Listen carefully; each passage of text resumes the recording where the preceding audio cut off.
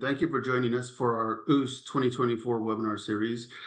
We have our first of 3 webinars, and this one is with regards to preparing for the required OAS CAHPS survey. It is a requirement, so it is something that we want to make sure that everybody understands what is required of us and how do we achieve that requirement. On the discussion today, I have 2 of my colleagues, Carrie Jacobs and Ryan Schumacher. I myself am the director of OAS Membership Services. I also am the CEO of San Antonio Eye Center. Carrie Jacobs is the EVP of Operations for Chu Vision Institute and also a board member for OAS. Ryan Schumacher is the CEO of Satisfied Patient and comes to OAS as a new partner, an educational partner. And Ryan has provided many resources to his clients in terms of helping us with accreditation requirements, such as getting patient surveys done, tracking them, reporting them, making sure the data is available. And by means of his clients, he was asked to also look into OAS CAHPS. And so Ryan has a lot of experience with vetting the vendors and understanding the rules and requirements of CAHPS. And then he developed a program that works with the OAS CAHPS so he can provide surveys not only for accreditation, but also those that meet the OAS CAHPS requirements. On today's agenda, we're going to cover a few items, and of those items, we're going to first go over what is OAS CAHPS, what does it mean, what are the requirements, what do we have to do as ASCs to report, and then we're going to go through the survey process. How's the survey conducted? What does the survey mean? What are the questions being asked? And then along with that is how to select a vendor. There are 16 vendors that are available to all of us as ASCs, and we'll go through the selection process and some of the questions you should ask. After that, we'll follow up with some questions and answers along the way. And to the attendees, if you have any questions that come up, we ask that you submit them via the Q&A process. You can submit those questions, and at the end, when we get to our question and answer session, we'll be happy to address those questions that are asked of us along the way. With that, I'm going to turn it over to Carrie Jacobs to begin the process. Thanks, Albert, and hello, everyone. Thank you for joining us. Today, we are hoping to, kind of go over the OAS CAHPS survey with you, the nuts and bolts of what we need to be doing, and hopefully answer any questions along the way. If there's anything that we can't answer, we will definitely circle back. This webinar is being recorded, and the recording will be available after as well. So what is OAS CAHPS? So if you've been in the ASC world for any number of years, you've heard about this. And as you know, it's been kicked down the road many, many, many times. We are finally at the point where it is no longer being kicked down the road. And we are in the short window of needing to start reporting in 2025. So the OAS CAHPS survey collects patient information and feedback in Medicare certified ASCs through a 32-question survey. And these surveys look at, asking patients about their experience with your facility, with your staff, communication about their procedure, how they were prepared for discharge and recovery, the overall rating of your facility, and recommendations for your facility. So there's many different categories that are being looked at, but kind of in a nutshell, there's kind of 5 basic categories with this survey. Yeah, great. Carrie, back to that previous slide here real quick. Just want to jump in on a couple things to add some additional value. As Carrie mentioned, 32 questions, right? That is a lot of questions for anyone to answer. One thing to keep in mind, these questions cannot be changed or modified. As much as everyone on this call would like to change those, shorten those, reduce those, you cannot. So you need to stick to the 32 questions in that OAS CAHPS survey from CMS. Another thing to keep in mind with this is that it's anonymous. And so they are your patients, but the information is completely anonymous. So your patients are going to complete these surveys, and we'll talk about how they do that a little later. But it is an anonymous survey unless you add an additional question. So think about adding and going from 32 to 33 questions. And you're like, really, Ryan? But the 33rd question is consent to share. And so the 33rd question is, Carrie, you've completed these 32 questions. Would you be willing to share your name and contact information back with the ASC so they can contact you and follow up with any questions that you have in results of your survey? So we recommend adding that 33rd question. It gives you the consent to contact the patient. You know who it is. Makes the survey a little more meaningful, but it is an anonymous survey. The other thing just to point out is questions. I encourage everyone to look at the questions. There's a link in several links. Carrie mentioned it earlier. This will be sent out to everyone. There's a lot of links to help you guys, right? Our goal here today is to educate everyone and really give you the tools you need to make the best decision for your business. And in this PowerPoint, there's a link of about 5 different things. One of those links is a link to the 32 survey questions. I encourage you to read through those. And there's some head scratchers in there as well. For example, question 27 through 32 are demographic questions, right? So think about that. Everyone on this call knows, you can go into your practice management system today, you can run a report, and you can generate your demographics, and you know exactly what your demographics are for your clinic or your ASC. So there are some questions in there. Again, we don't make the rules.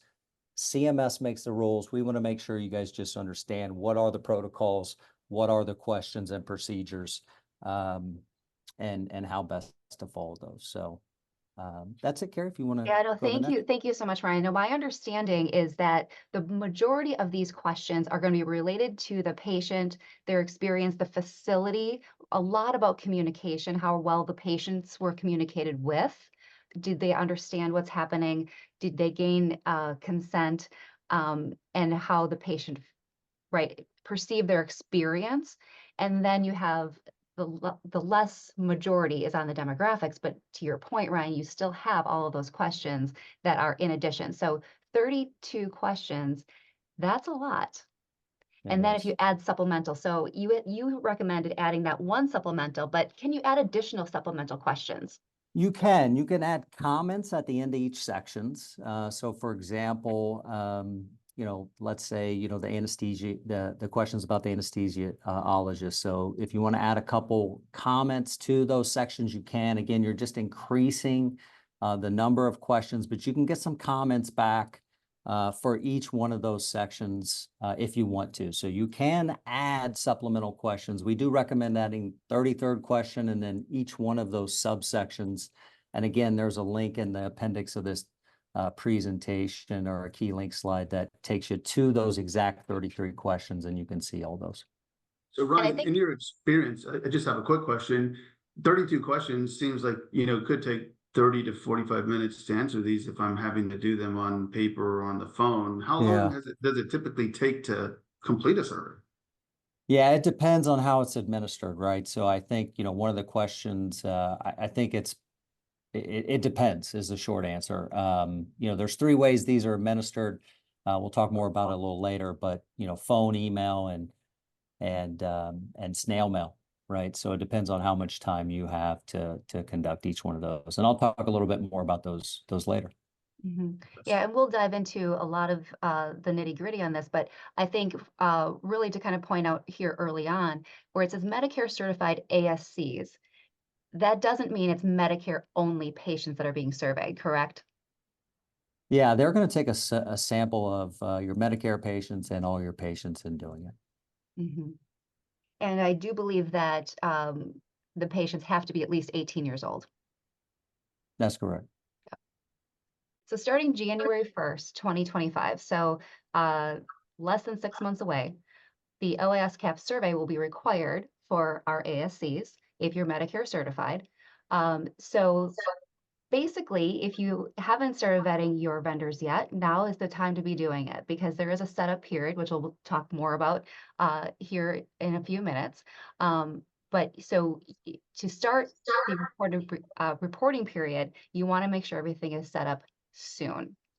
ASCs that do not participate, so if you are a Medicare certified ambulatory surgery center and you do not participate in this, there will be a 2% penalty or cut to your Medicare reimbursements. And I believe that is in 2027. Is that correct, Ryan? I don't know when the actual cut occurs. I think I don't know the answer to the exact timing of that. So we'll- Brian, how many surveys do we have to have completed in order to meet this 2% requirement? Yeah, the target from CMS for completed surveys, Albert, is 200 completed surveys. Can we get them all done in the first month if we do 1,000 patients? Exactly, right. So that's, I think, what everyone would love to do. Great point. We'd all love to just get them done, January 1. Unfortunately, you can't. You have to spread those out throughout the calendar year. If you're starting in January 1, again, they're looking at that time frame from January 1 through December 31st of the calendar year.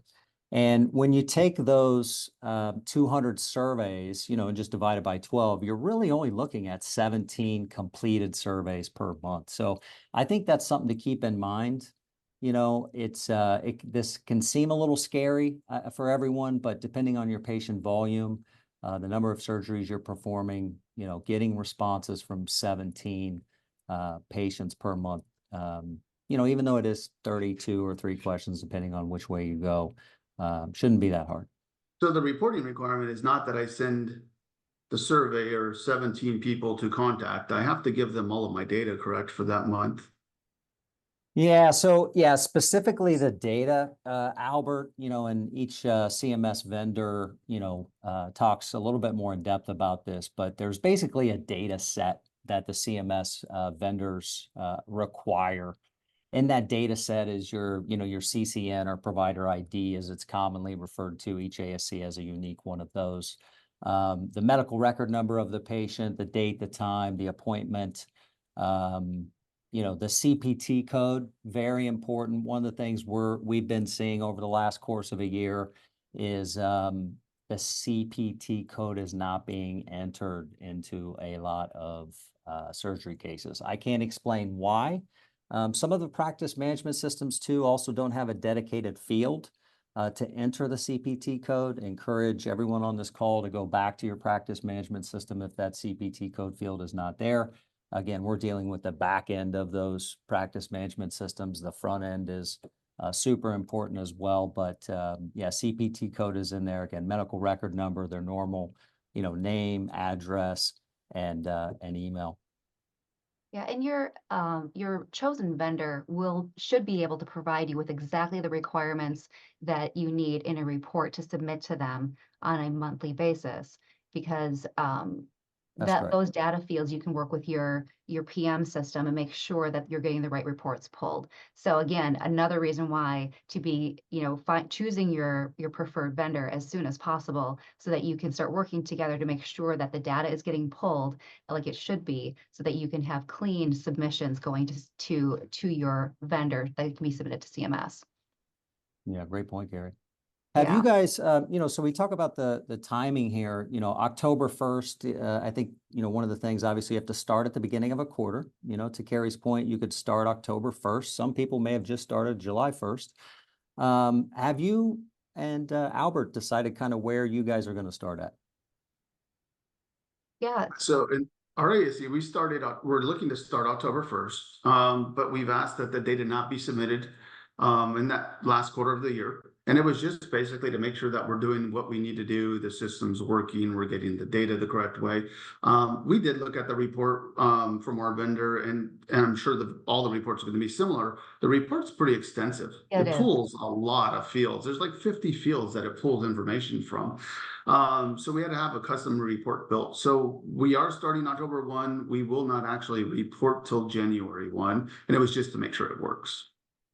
And we are exact same as Albert. So we are in the process of, we finalized to 3 vendors.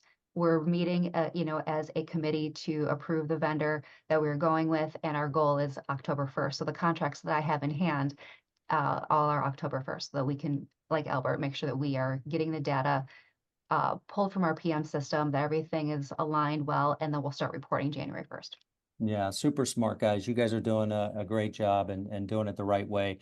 the thing that Albert mentioned is really the pro tip or one of the key takeaways in this, right? So keep in mind, you can start in October and not submit the data to CMS, right? So that gives you 3 months, a quarter to work out the kinks. If you're not collecting email addresses, for example, as diligently as you'd like to be, because you've selected a vendor who's going to survey based on email, gives you kind of 3 months to establish those internal workflows and processes to, help collect email, et cetera, as well.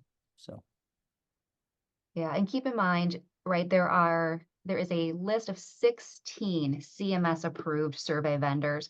We'll have a link to these vendors that will be available to you in the recorded session in the handouts. So be aware that you have to make sure that they are CMS approved. If you choose a vendor based on price or something else that, seems attractive, but they're not part of the approved vendor list, it won't be validated. So do keep that in mind. And 16 is actually a lot. So if you're vetting and you are just starting that process and you want to vet multiple, this can be time consuming. And I would say from my standpoint, if a vendor was not responding to me, they were marked off the list right away. So Yeah. take that list, kind of know who will share that with you, of course, here coming up, but and talk to your colleagues too, to see who maybe they've used or are choosing to use and why, and get some feedback on that. All right, so we talked about who has to follow these guidelines, right? Medicare certified ASCs. I think a key point here is your patient demographics and your case volume. So if you have fewer than 59 eligible patients annual, remember, right? They have to be over 18. There are some criteria to whether a patient qualifies or not, is eligible or not to be part of the capture. They have to have a US mailing address. They need to be over 18. They need to, they can't reside in a nursing home. These are just some examples. There is a list of eligibility or disqualification requirements. So you want to know what those are. And then in ophthalmic ASCs in particular, they have 2 eyes, right? So they're not considered 2 patients. So each patient is an individual. So your vendor will also be able to source out if it is a duplicate, right? So if you have a patient with 2 or more procedures, because they have 2 eyes, they're only going to be counted as 1. So there are some criteria here that will exempt your facility if you don't have the encounters, the qualified encounters. And one other thing, Carrie, just to add to what you provided here is that in that document or in this presentation that Carrie mentioned, again, there's a key link slide. In that link, if your volume is 59 or fewer and you need to fill out the exception, there is a direct link to the participation exception request form in this document for you. All right, thank you, Ryan. Awesome. Well, one of the things, as we transition to how is the survey conducted, and, just a little bit of background, Albert touched upon this at the beginning. We help ophthalmic practices and ASCs measure and improve the patient experience in their clinics and their ASCs. And almost 2 years ago, our customers reached out to us and said, hey, help us navigate these upcoming OAS CAHPS requirements. And so that's what we've been doing. And as you start to dig into it and you're learning today, maybe some of you for the first time, the survey is delivered by 3 options. And so there are vendors of those 16 approved vendors who, for example, only do mail. And by mail, I mean, yes, legitimate snail mail, lick a stamp, send it, may or may not get there, they do mail. And so that is an approved form of conducting the survey, which is mail. The other form is phone.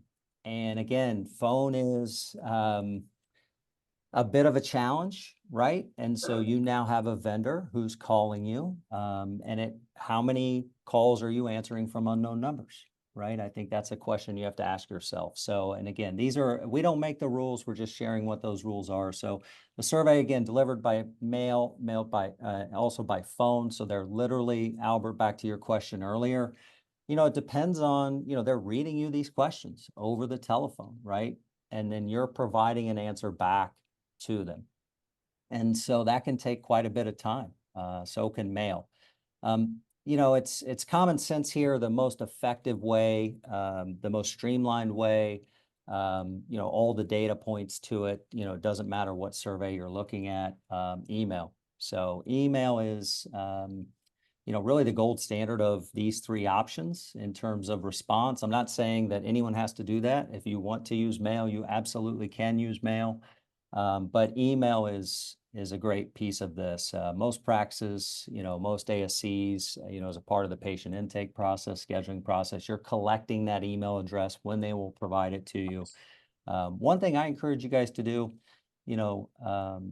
today, you don't have to make a decision on a vendor, but, first thing, you can put a placard up, at your intake, make sure you're collecting those email addresses, right? It's now, again, we have kind of a joke, everybody already has your social security number, but not everybody has your email address. And so, put a little placard up on your front desk, asking, them, just saying, hey, we're updating our records, we'd like to have your email address. So email is king in this world right now for this. Obviously, I'm going to state it, it's not on here, and fingers crossed CMS will make changes in the future, but text messaging is not an option. It is not an acceptable method to deliver the survey. And Ryan, I would add one little caveat. I think that most clinics are collecting email addresses. It's a common way that we are doing reminders and communicating information. So I think, if the ASC, with the demographics that they require from the clinics, also are making sure that that's a required field, hopefully that will also help to alleviate the need to have to be asking patients for additional information. Yeah, absolutely. I have a question for you, as you and I discussed. As it stands in our current practice, we know that our patients don't check, their mail. We barely can get them respond to statements, and we know they don't even answer our own calls to confirm appointments. What happens if, we follow all the requirements, but I don't get my 200 surveys, but yet we, surveyed 10,000 people? That's a great question. Yeah, it'd be a great question to ask the vendor too, your CMS approved vendor that you select. So, CMS's guidelines are you need to follow all of the protocols, right? So you need to follow all the protocols and procedures that they put in place in order to survey your patients. So definitely recommend doing that. And then, our big thing is, think about it from a data perspective, right? So we're in the insights business. And, if you think about 17 completed surveys per month, I think the big focus in my mind is continuing to focus on how you're delivering the data, right? So making sure that, if you are, Carrie, to your point, manually pulling a list of data every month, what happens when that person is gone, right? Is there someone, do we have a backup plan? Let's write a method and procedure to make sure that, if Carrie's out of the office this month and I've got to have my data submitted by the 8th or the 15th for the previous month, who's going to, pick that responsibility up? So, focusing on data delivery, we've never had any of our customers not meet the 200 completed survey requirement. So, I can't really answer the question on what happens if they don't, but I would say focus on the data delivery, let the CMS approved vendors, handle that. And, I think you'll have great results.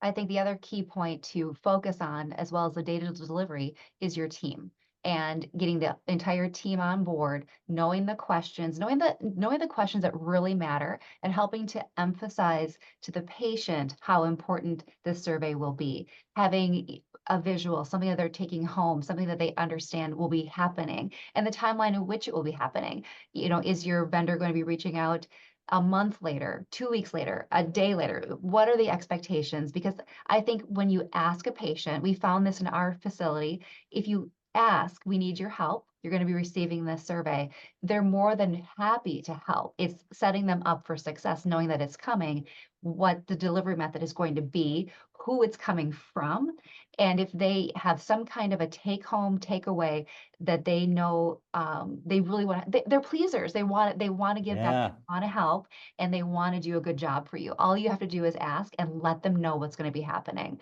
And that I think is also really the second key point to data delivery is utilize your team and really communicate to your patients. Carrie, I couldn't have said it better. It's a 1-2 punch. The data and setting that expectation so they know what's coming, right? And absolutely, you definitely want to give them a one sheet, post-op. Hey, you're going to get a call, or you're going to get an email, or you're going to get it in the mail. Absolutely. Give them that one sheet. You're already probably giving them something anyway to take home, to let them know. That's a fantastic point. Ryan, And to I think follow that, can you ask the patient how they would like to receive their survey, or does it have to follow a certain protocol? Yeah, it has to follow. It's based on the vendor and how you select the vendor, right? So, for example, if you select a vendor who only does mail, the patient's only going to get it via mail. If you select a vendor who does what they call mixed mode would be, for example, email first. And if they don't take the email survey, then a phone follow-up, and then a combination of, reminder emails. That's typically called mixed mode. You could set the expectation with them that, hey, you're going to get it via email and phone, but the patient doesn't have any option to choose how they want to get it. It's all vendor based. One other question from one of our audience members, and they're asking about continuing our regular internal surveys that we have to do for accreditation. So my original thought process on handling this would be, yes, you still have to continue to do your internal surveys for accreditation purposes, and you want to make sure that you're doing those. If you choose a vendor that has a reporting function and they're going out to get the responses for you in terms of, your patient experience, then I would say you have the ability to use some of those reports from your vendor to say, I can use that as my survey mechanism for accreditation. So I think it just depends on the vendor you pick to answer the question. Continue what you're doing until you know what you get from your vendor. And once you know what you get for your vendor, you can see if it meets those requirements and get rid of one or the other so that you're doing, what is needed to meet both requirements. I completely agree. And I think that is another vetting question to ask when you are talking to these vendors is, can I extract data to meet my own accreditation requirements for surveys? Right. How to select a vendor, right? So we've all been through this process. We went through the process for all of our customers. Carrie, Albert, they've been through the process. Carrie mentioned the first one previously, right? And we followed a similar process to this here. And these are some good questions for you, for everyone to ask on the call. But first is responsiveness, right? And that goes for, frankly, any service-based business. How responsive to your request are they? Does it take them 2 weeks to set up a demo? Does it take them a day? How responsive are they in getting back to you with that request is kind of the first one. The second piece here is how the vendor delivers the survey. So again, this is important. Just to recap, you have 3 ways to deliver the survey. First one is mail. Second one is phone. Third one is email. And then you can have vendors who do mixed mode. And so those vendors are doing a combination, typically of the email with the phone follow-up. So how is the vendor delivering the survey and what's best for your needs? Third one is do you want an automated process or a manual process? So are you comfortable with extracting the data from your system, providing that on a monthly basis for 12 months? Or would you like that automated? Would you like it to be pulled automatically, provided directly to the vendor? So that's another question for you, in addition to what we've already covered today as well. Cost of service and value. So again, evaluating their analytics package. What insights are you getting? The actual cost itself. You know, how many surveys I think is super important, right? Are they averaging them out and ensuring that, you know, hey, we're only doing 17 per month, or are we surveying all, you know, all 4,000 surgeries? And again, you have to make that decision based on what's best for your business and what your business objectives are in it. Are there additional objectives other than the OAS CAHPS? And then lastly, how is the survey data, you know, provided back to you, right? So if you think about it from a, you know, let's just use mail for an example. If you're selecting a vendor who does mail, that goes out, you know, went to Carrie's point earlier, you may not get that feedback back from that patient for 90 days. And so, you know, is that okay? Am I okay with that? You have to make those decisions, but how the survey data is provided back to you is an important process. Carrie or Albert, anything in the vendor selection process you guys want to add? I would also ask them what their response rate is currently. They should have a percentage of what their average response rate is. I think that's important to know too. What I've seen to be a pretty good average, and Albert and Ryan, you can speak to this too, has been about 35% is a good response rate. Most definitely. We were seeing 25 to 30%. What actually led us to select our particular vendor was actually the reporting functions that came back. So it allowed comparisons not only of our own data, but comparisons against other facilities. So we were able to see not only how we did in terms of our own ASC, but we could look at different data from different marketplaces to be able to say, as ophthalmology as a whole, how are we doing with our results in comparison? So we could actually do something with the data. We all have to pay for this. We don't have a choice. So, you know, let's make use of the information we're getting and figure out, you know, how to make improvements in our surgery center. Yep, right.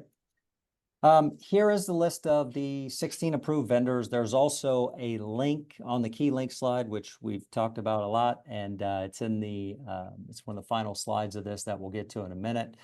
You know, satisfied patient. We work with Arbor Associates on an automated patient satisfaction survey system that integrates with the CAHPS surveys. They're highlighted there in yellow, and again, that's a partnership with us. And then OAS. Through iPro GPO has negotiated, again, a favorable rate with J.L. Morgan for the CAHPS survey for its members.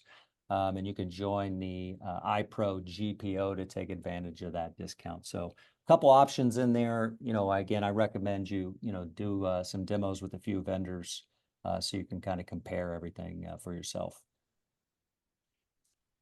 Awesome. Next is, what do you need to do? So I love webinars. You know, we learn so much. We're like, wow, this is awesome. I love it. And then it's like I leave a meeting and it's like, well, what's the next steps? What are the actions? And so that's why this slide is in here. You know, what do you need to do? And really the first thing is, you know, select a vendor based on your requirements. And, you know, the requirements set forth within CMS cannot be changed, right? So how the survey is delivered, the number of questions. And so when you think about your requirements, you know, it goes back to, you know, what Carrie and Albert and I've been talking about throughout the webinar today, but it's, you know, do you want a manual list providing? Do you want an automated piece? You know, to Carrie's point, do you have your staff like trained, right? That's a very important component of it.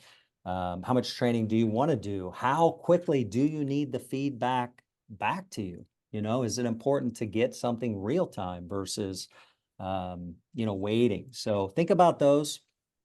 The next piece, obviously after, you know, going through kind of some paperwork and, you know, signing up with a vendor is submitting your vendor as your CMS authorized vendor. There's a dedicated website for that. It's a very easy process. You literally go in there, you select a vendor, you submit them. The third step, providing your data. So you provide your data. Again, all the CMS vendors will give you the requirements for all the fields. It's super simple stuff. Not necessarily super simple to pull it all together, but it's a super simple set of data.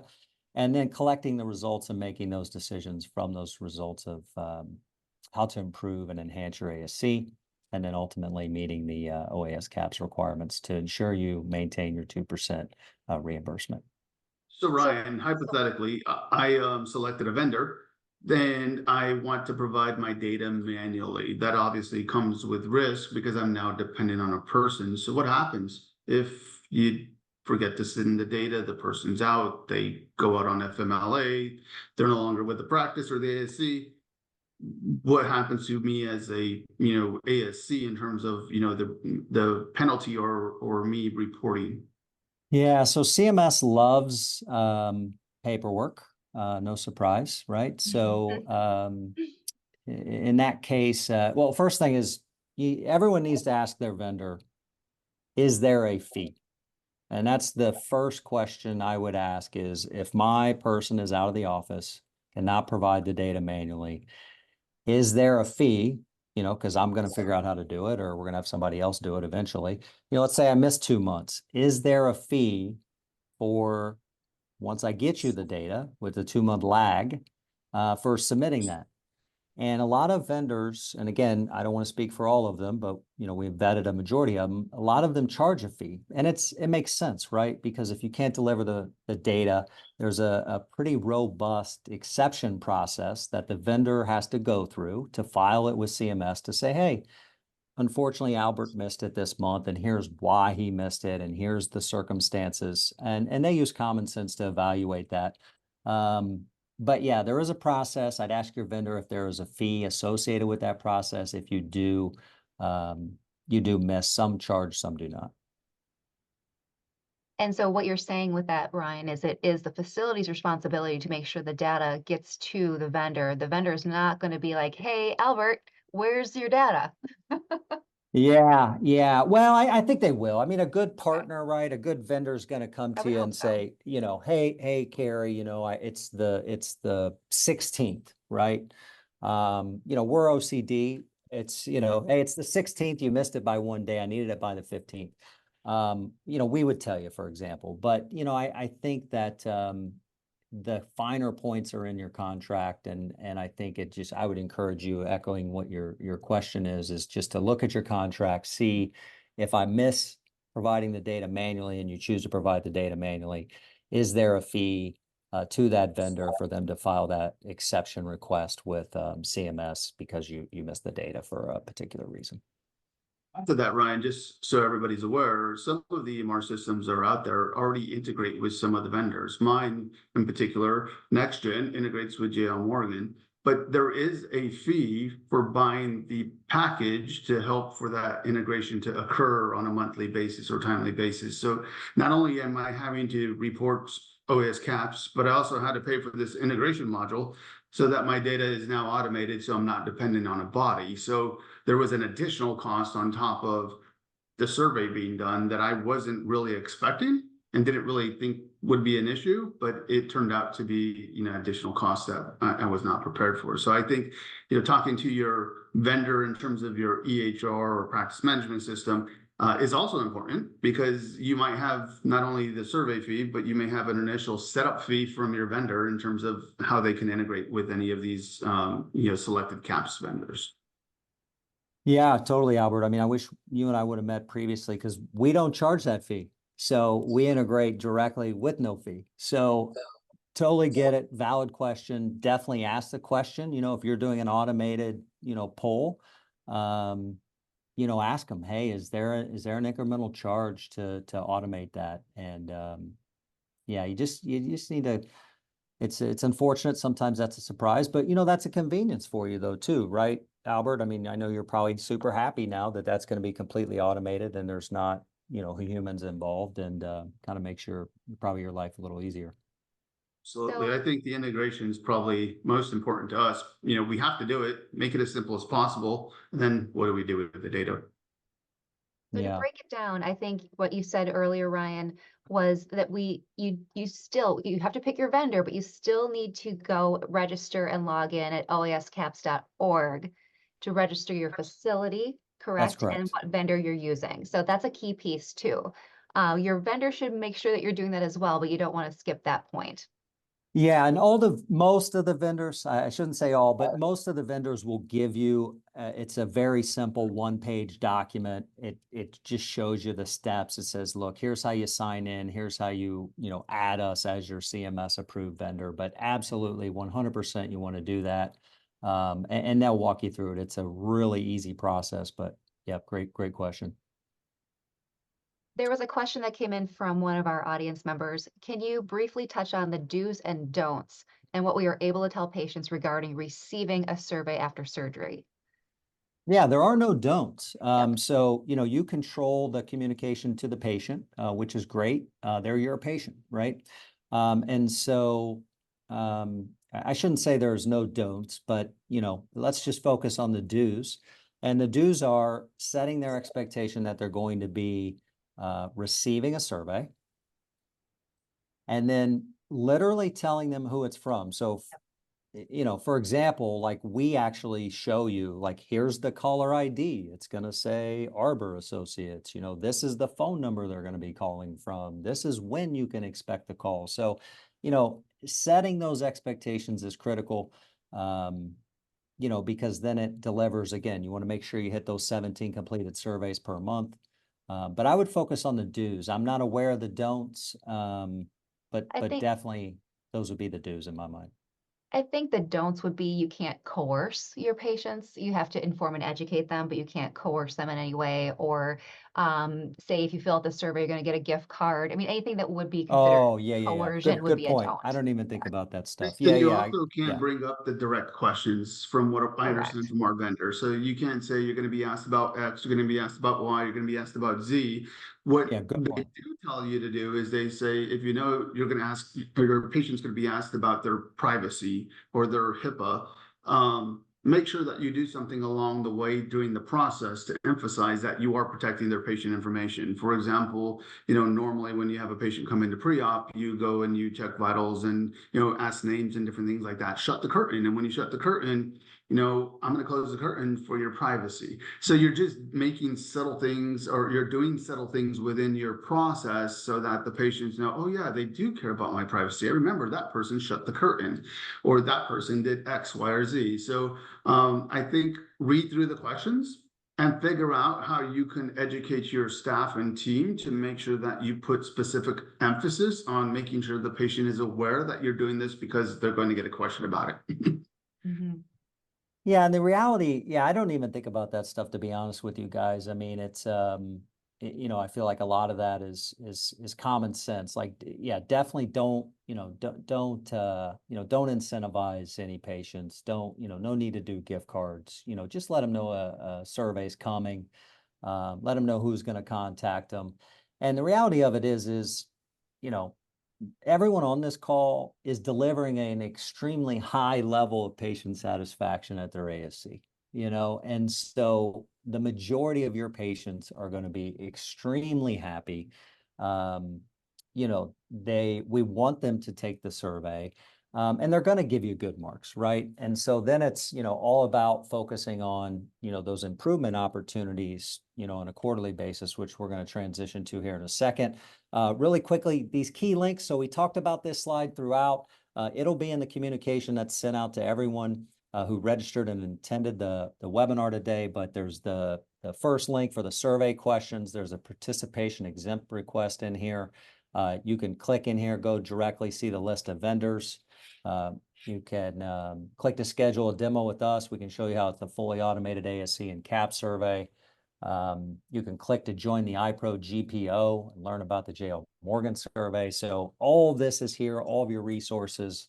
And then transitioning into, what to do, right? So we're conducting this, we're checking the box on OAS CAHPS, and how to improve your ASC. And, I'll start with kind of just the first one and then turn it over to Carrie and Albert. But, one of the things we love with, our deep analytics package is looking at what are those top 5 opportunities, right? What are those top 5 opportunities? Chunk it out, make it easily to be digestible for your ASC, and work on those areas to improve over time. So identifying those trends and top 5 opportunities is, one of the critical aspects of this. Carrie, Albert, on your ASCs, what are you guys thinking about, here in terms of improvement?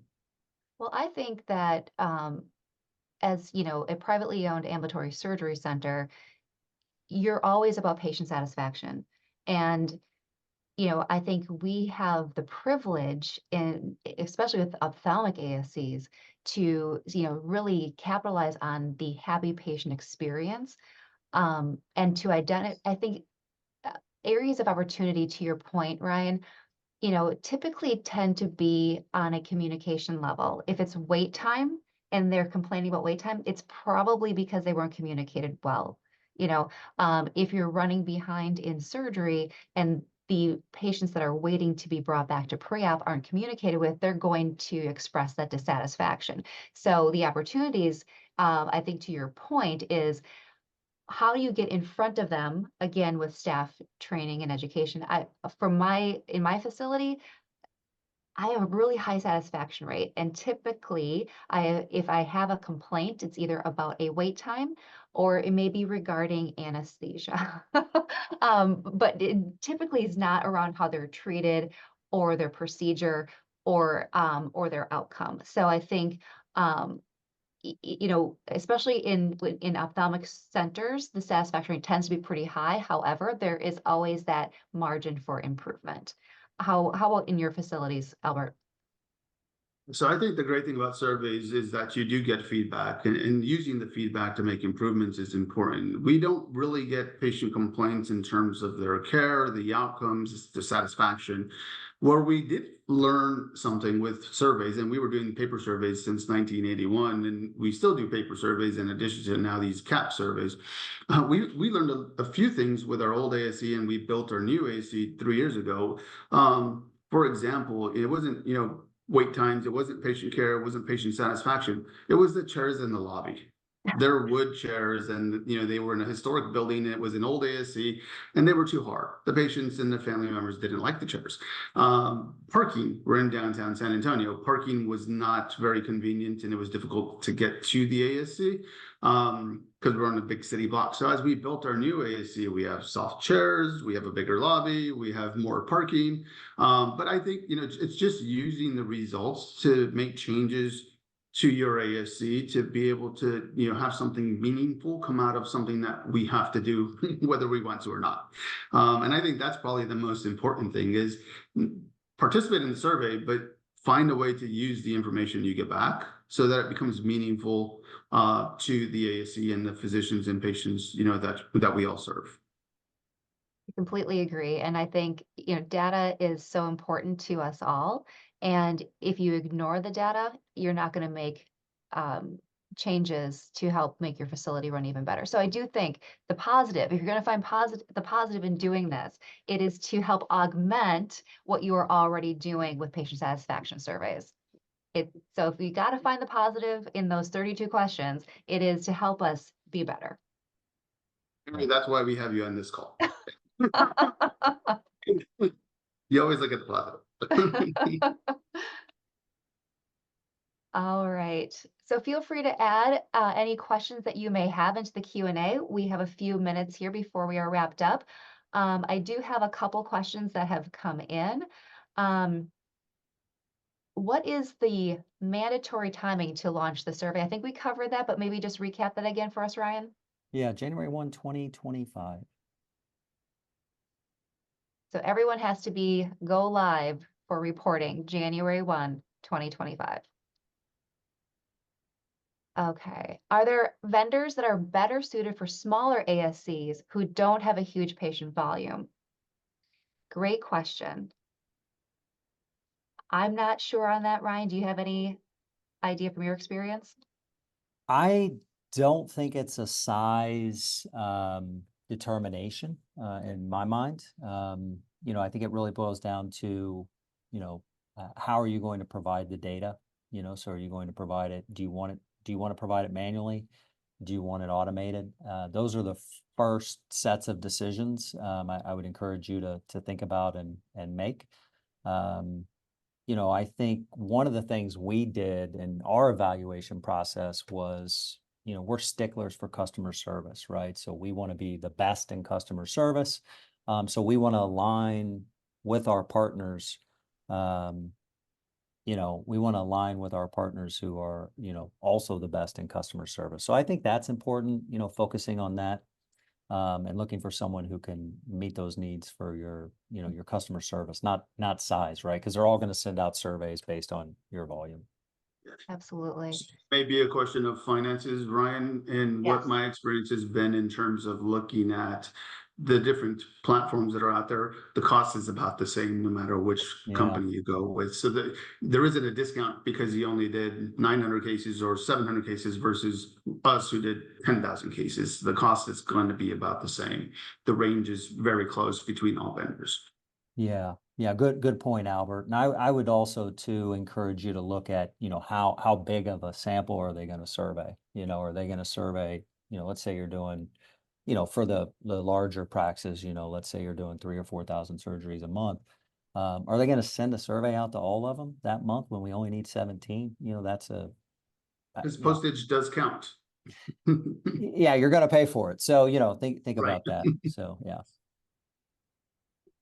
Another question. If you don't reach the 200 completed survey mark, are you hit with the 2% reduction? We talked about that a little bit earlier, but let's circle back on that because I think that it can be a little confusing. So I think the question or the answer to that question right now, Carrie, is we don't know. What everybody says is follow the proper process, follow the procedures, submit, to a vendor, have your vendor send out the surveys. It doesn't really, there's no clear clarification as to if I did everything I'm supposed to do and I followed the guidelines, but I didn't get the 200 surveys, am I going to be hit with a 2% reduction? We don't have a clear answer to that question right now. So I would say we don't know, but it's in your best interest to try to get to the 200 and do everything that you're required to do. So you can at least come back to CMS and say, well, I did everything I was required. It's not my fault the patients didn't respond. I agree with that. That's what my understanding is too. It's more important that you are making the attempts, that you are doing everything that is within your power. You can't control what comes back or doesn't come back from your patients. And yes, to the end point, we will see. Nothing has been delivered from CMS that states specifically if you do not hit 200, you're going to receive a penalty. But that can change, as we know, with CMS. Do you have anything to add to that, Ryan? I don't. Okay. When you say the costs are generally the same per vendor, are you saying the monthly flat rate is similar, or are the vendor costs generally per survey? Received a quote per survey. The cost was based on a flat rate, and it was usually an annual rate broken down by month. So we're paying X number of dollars per month.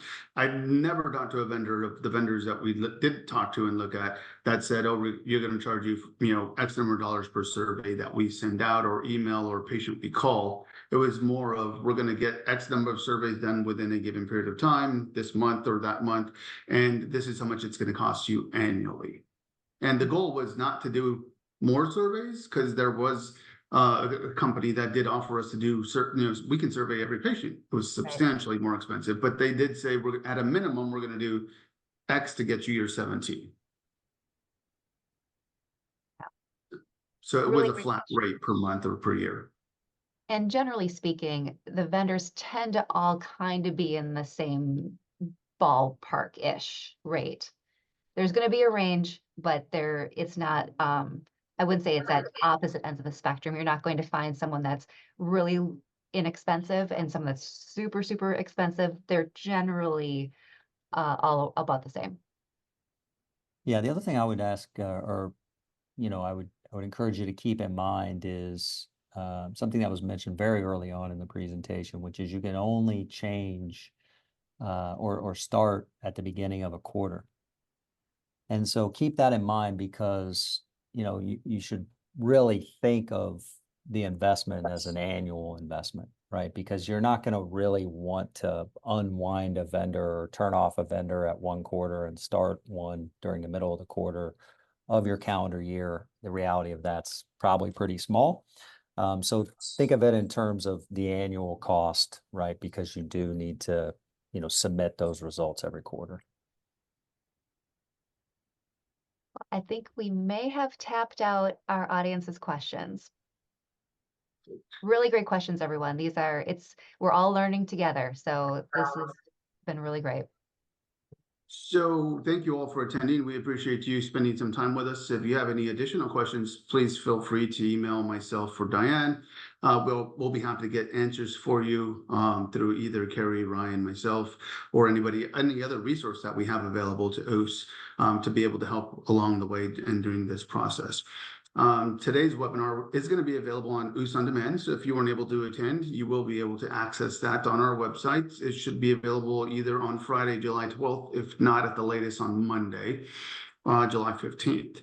We do have a series of webinars, so there are 2 more programs that will follow for our fall series. And the next one's going to be Delivering the Premium Patient Cataract Experience from the Practice to the ASC. That event will be held on September 18th. Will also be via Zoom, and it'll be at 12:30 Eastern Time.